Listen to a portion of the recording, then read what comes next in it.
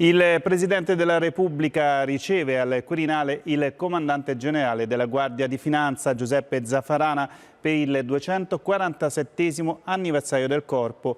Le fiamme gialle, ricorda Mattarella, in prima linea nell'emergenza coronavirus. Nadia Zikowski. In questo periodo così difficile, la Guardia di Finanza comunque non ha rallentato per nulla l'azione ordinaria.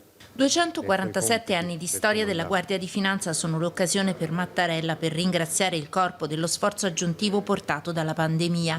Con 7.000 contagi, 14 vittime e un danno pesante all'economia che ha richiesto un maggiore impegno di protezione alla Guardia di Finanza dalle insidie dell'usura, del riciclaggio, delle frodi online, delle manovre distorsive dei prezzi, della commercializzazione illecita dei farmaci. La Guardia di Finanza è così un presidio per la tutela degli interessi dell'erario, per la lotta agli sprechi pubblico denaro, per la salvaguardia dalle infiltrazioni dell'economia sana nel nostro Paese della criminalità organizzata. Una lunga storia la vostra, dice il Capo dello Stato alla delegazione guidata dal Comandante Generale Zaffarana, che ha saputo però rinnovarsi e continua a farlo davanti a contesti in perenne mutamento, campi d'azione che superano oggi i confini nazionali e richiedono la capacità di creare un'efficace rete di collaborazione con gli altri paesi.